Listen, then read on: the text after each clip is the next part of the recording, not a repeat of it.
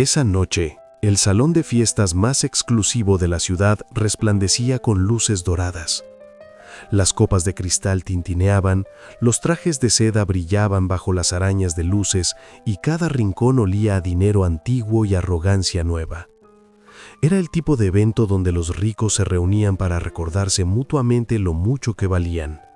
Y en medio de ese mundo de apariencias perfectas, un hombre se mantenía de pie con una dignidad que ningún cheque podía comprar.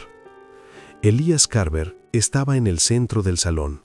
Su traje blanco impecable recortado contra la noche como una figura que no debería estar ahí según los cálculos de muchos. Camisa negra, moño amarillo, hombros firmes, mirada tranquila. Era el chofer de Isabela Montoya, una de las mujeres más ricas de toda Latinoamérica, y esa noche Isabela había decidido que ya era suficiente de que Elías fuera tratado con respeto. Lo que nadie en ese salón sabía todavía era que esa noche no terminaría como Isabela planeó. Iba a ser la noche en que ella perdería algo que ningún dinero del mundo podría devolverle. Y todo comenzó con una carta. Si las historias que revelan verdades que el dinero intenta esconder te mueven el alma, suscríbete y deja tu like para que no te pierdas lo que viene. Elias Carver había nacido en el sur de la ciudad, en un barrio donde los sueños tenían que abrirse paso entre el cemento y la desconfianza. Su madre había trabajado como enfermera por 25 años sin tomarse un solo día de descanso. Su padre había llevado camiones de carga por carreteras que cortaban montañas sin importarle el frío ni el cansancio. Le enseñaron algo simple pero profundo, que la dignidad no viene con el apellido, sino con la forma en que uno se levanta cada mañana. Elías había estudiado en la universidad con becas que ganó a pulso. Había estudiado literatura comparada, luego comunicaciones, luego tomó un curso intensivo de idiomas en Europa. Hablaba 4 lenguas con fluidez. Leía filosofía los domingos por la tarde. Escribía poesía que nunca le mostraba a nadie porque sentía que ese mundo era suyo, privado, sagrado. Pero la vida tiene su propia agenda. Cuando su madre enfermó, Elías necesitó dinero rápido y constante. Un amigo le consiguió el trabajo como chofer de Isabela Montoya, prometiéndole que era temporal. Eso fue hace 3 años.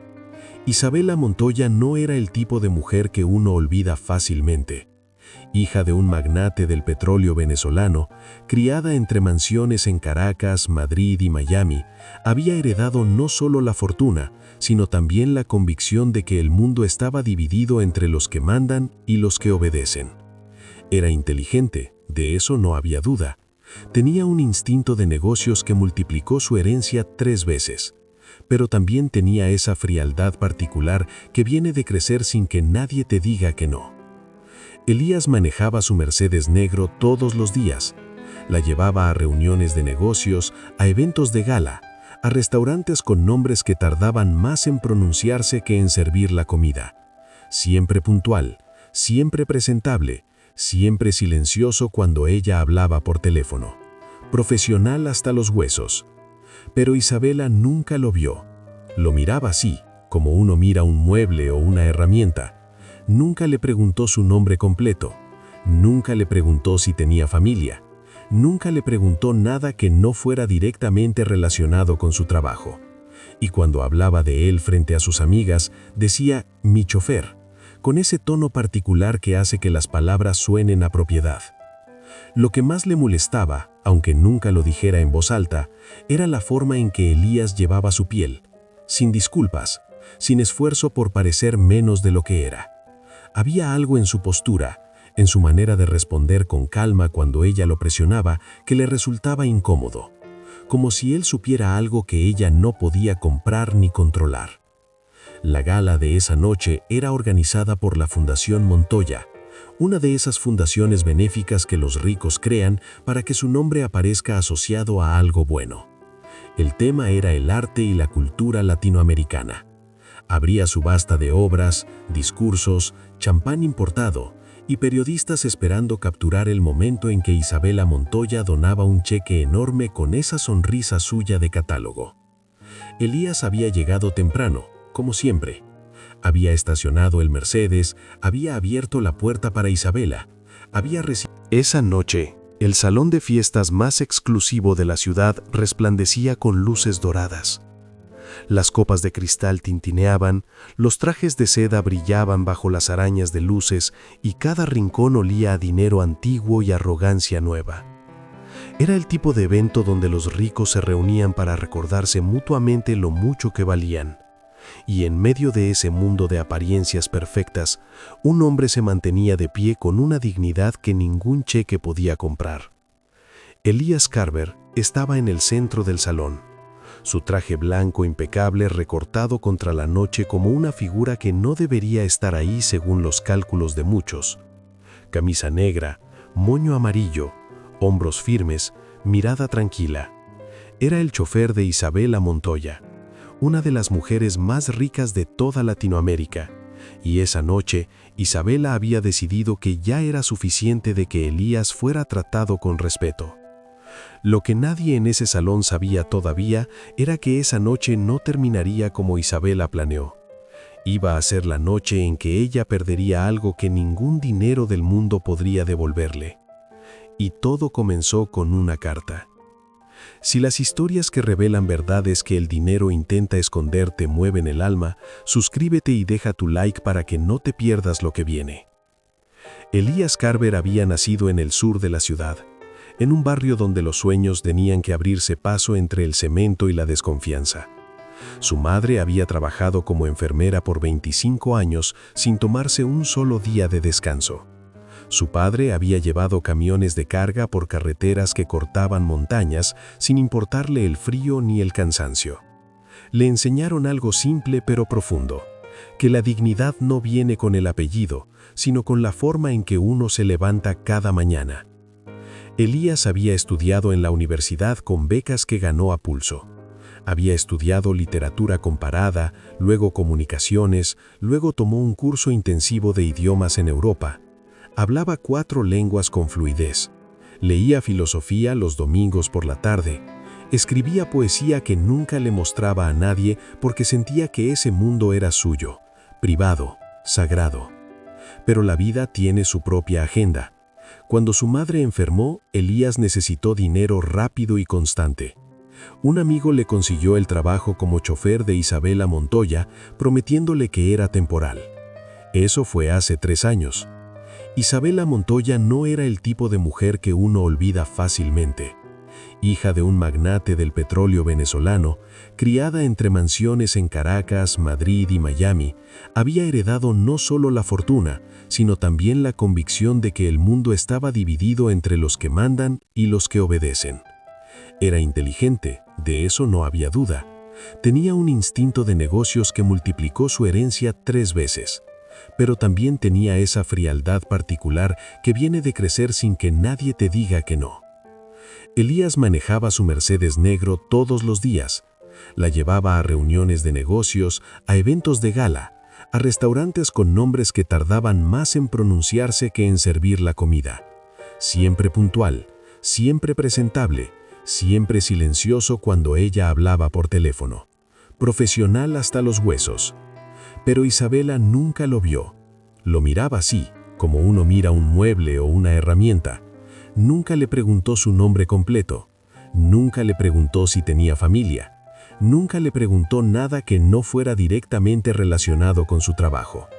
Y cuando hablaba de él frente a sus amigas, decía «mi chofer», con ese tono particular que hace que las palabras suenen a propiedad. Lo que más le molestaba, aunque nunca lo dijera en voz alta, era la forma en que Elías llevaba su piel, sin disculpas, sin esfuerzo por parecer menos de lo que era.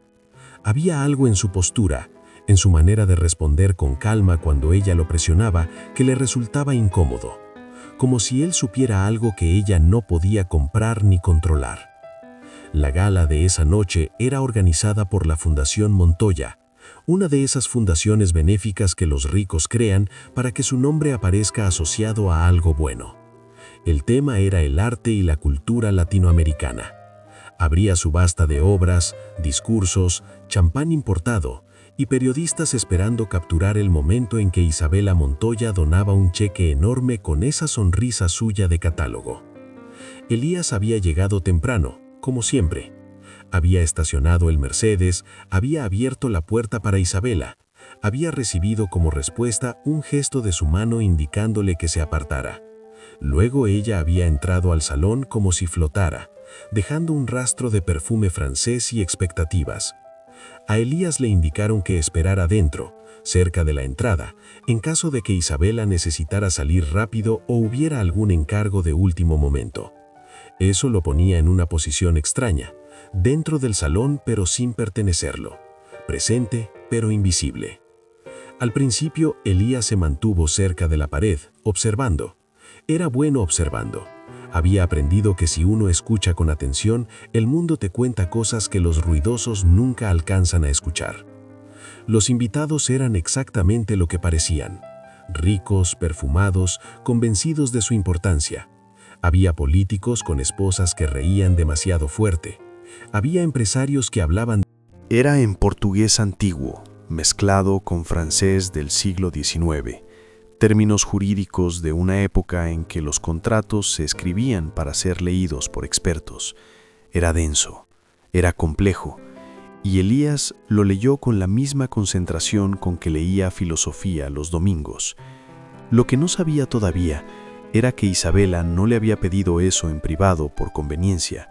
Se lo había pedido ahí, en ese salón, frente a todos, porque tenía un plan, porque quería demostrar algo. Isabela Montoya se había acercado lentamente con 3 de sus amigas más cercanas, mujeres de su mismo círculo, del mismo tipo de arrogancia educada en colegios privados, y cuando llegó junto a Elías, que estaba de pie leyendo la carta con concentración, lo interrumpió con una voz suficientemente alta para que varios invitados cercanos pudieran escuchar.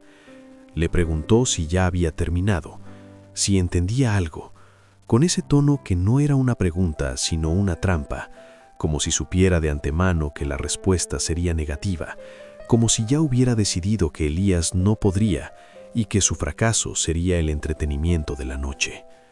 Las amigas de Isabela observaban.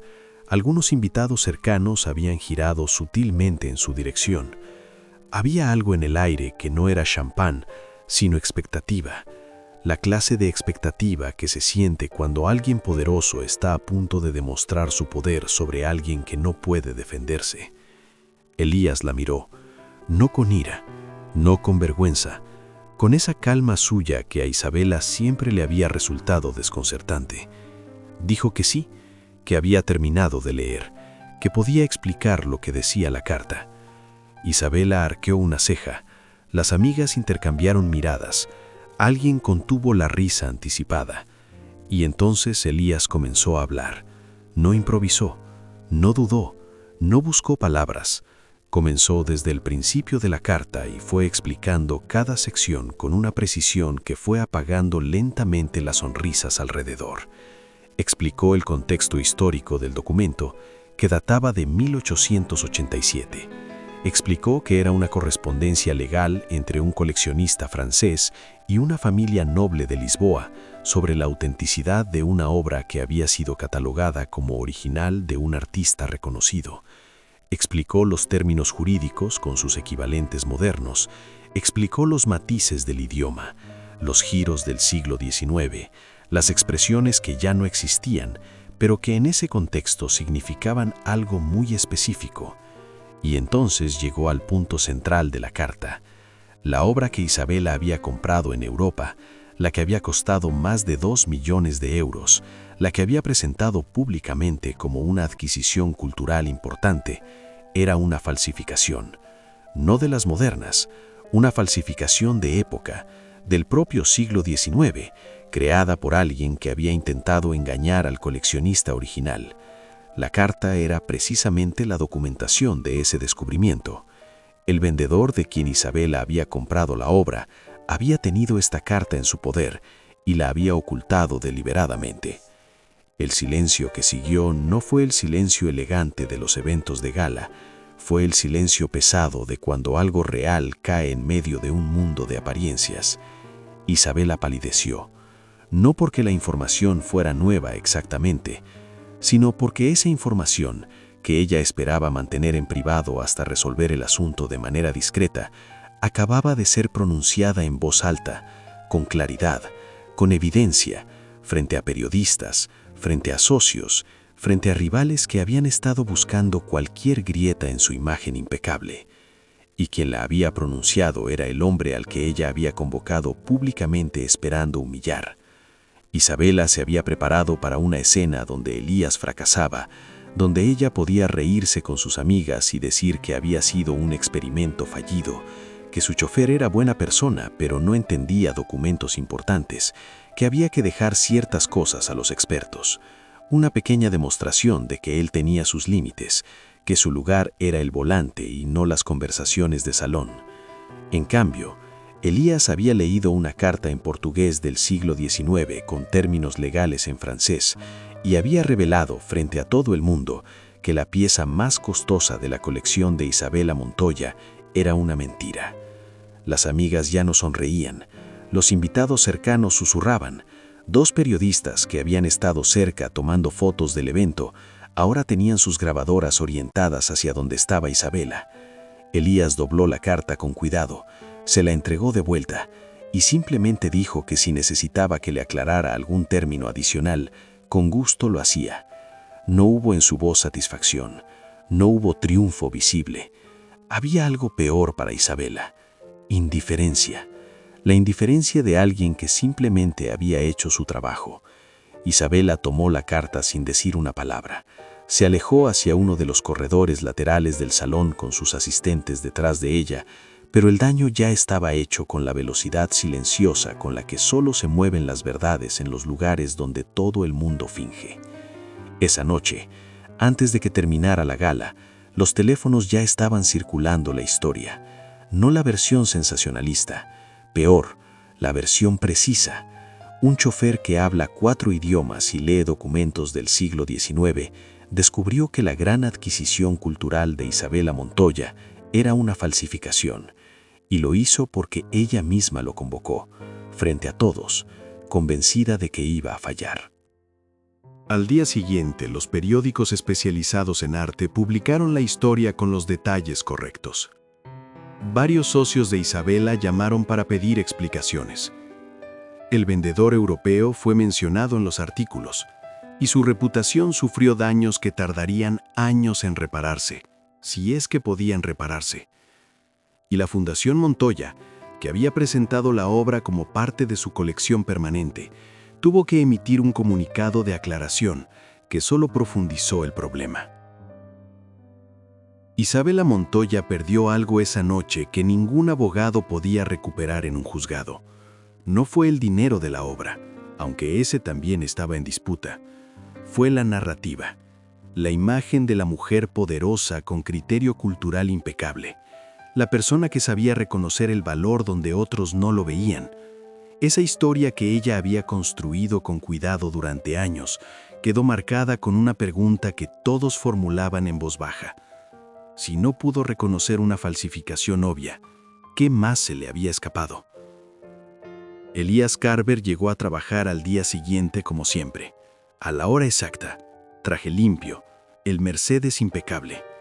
No habló del asunto, no lo comentó con nadie del personal. Cuando le preguntaron, respondió brevemente que había hecho lo que le pidieron y nada más. Pero algo había cambiado en la forma en que las personas lo miraban. El portero del edificio, que antes apenas lo saludaba, esa mañana le abrió la puerta con respeto genuino. El personal de seguridad, que siempre lo veía pasar sin detener su conversación, esa mañana hizo una pausa y asintió en su dirección. Pequeñas cosas, cosas que solo se notan cuando antes no existían. Isabela no se presentó a la oficina en 3 días. Cuando volvió, tenía alrededor de ella esa quietud particular de las personas que han recibido una lección que no esperaban. Nadie habló directamente del incidente, pero Elías notó que ella ya no lo llamaba en voz alta cuando había otras personas presentes. Ya no lo convocaba para hacer demostraciones. Ya no usaba ese tono de herramienta cuando se refería a él. No fue reconciliación, no fue disculpa. Fue algo más pequeño y tal vez más honesto. Una mujer que había intentado usar a alguien para exhibir su superioridad y había terminado descubriendo que la superioridad no funciona de la manera que ella pensaba.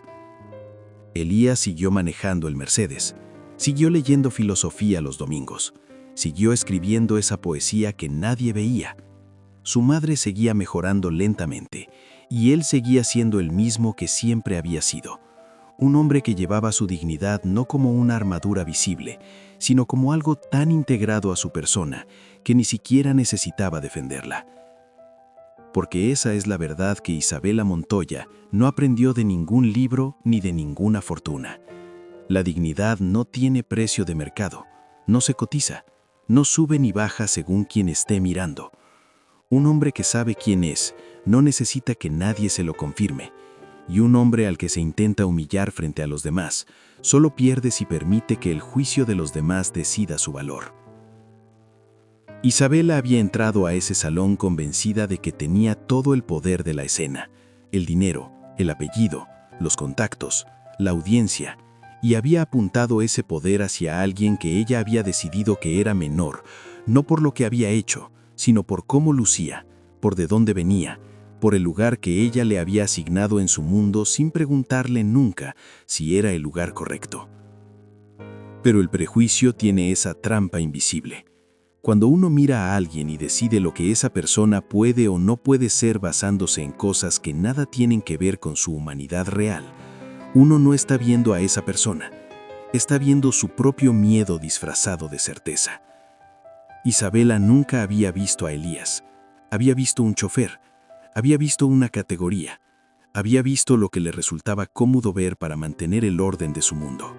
Y cuando el mundo real se coló entre ese orden artificial, la grieta fue suficientemente grande para que todos pudieran verla desde afuera. Lo más poderoso de esa noche no fue que Elías supiera leer la carta. Lo más poderoso fue que nunca necesitó la aprobación de nadie en ese salón para saber que podía hacerlo. Caminó al centro de ese momento sin pedir permiso, sin disculparse por su presencia, sin intentar hacer que su conocimiento fuera más pequeño para no incomodar a los que esperaban que fracasara. Eso es lo que el dinero no puede comprar. Eso es lo que los títulos no garantizan. Eso es lo que la raza no determina y lo que el apellido no asegura. Es algo que se construye en silencio, en años de esfuerzo real, en noches de lectura cuando el mundo duerme, en la decisión cotidiana de ser fiel a uno mismo, aunque nadie esté mirando. Y eso fue lo que toda esa sala de personas ricas y perfumadas vio esa noche, sin saber del todo qué estaban viendo. Vieron a un hombre pararse en el centro de una trampa diseñada para hacerlo pequeño y salir de ella sin ni siquiera elevar la voz. La historia de Elías Carver no terminó esa noche. Siguió manejando el Mercedes por varios meses más. Luego recibió una oferta de trabajo de uno de los asistentes al evento, un editor que llevaba años buscando a alguien que pudiera revisar traducciones de documentos históricos para una editorial especializada. Un trabajo que pagaba el doble, un trabajo que usaba exactamente lo que Elías había construido durante años, mientras el mundo lo miraba y solo veía el traje de chofer. Isabela Montoya siguió siendo rica, siguió teniendo poder, pero algo en su mirada cambió cuando se cruzaba con personas que hacían trabajos que ella consideraba menores, porque ahora sabía, de una manera que no podía ignorar, que detrás de cada persona a la que había decidido no ver, podía haber un mundo entero que ella nunca se había molestado en preguntar. No todas las lecciones cambian a las personas. No toda historia de injusticia termina con una transformación, pero a veces, en los lugares más inesperados, en los momentos que nadie programa, la verdad entra sin pedir permiso y deja su marca. Y esa marca, aunque nadie la vea desde afuera, es permanente. Elías Carver lo sabía, no porque alguien se lo hubiera contado, sino porque había vivido toda su vida en ese espacio donde el mundo te dice que eres menos, y tú decides todos los días que no lo eres, y que esa decisión, repetida en silencio durante años, es el acto de resistencia más poderoso que existe. No necesita aplausos, no necesita que nadie lo valide. Solo necesita que seas honesto contigo mismo cuando mires a alguien diferente a ti y te preguntes, antes de asumir algo, ¿quién es realmente esa persona más allá de lo que tus prejuicios te están dejando ver? Porque el prejuicio no le hace daño solo a quien lo recibe, le hace daño también a quien lo lleva. Le cierra puertas que no sabe que existen, le oculta mundos que no sabe que necesita. Y a veces, en una noche de gala con luces doradas y copas de cristal, ese costo se vuelve visible frente a todos de una manera que ninguna fortuna puede deshacer. Esa fue la noche en que Isabela Montoya intentó usar a Elías Carver para recordarle su lugar, y fue la noche en que descubrió que su lugar era mucho más amplio de lo que ella estaba dispuesta a imaginar.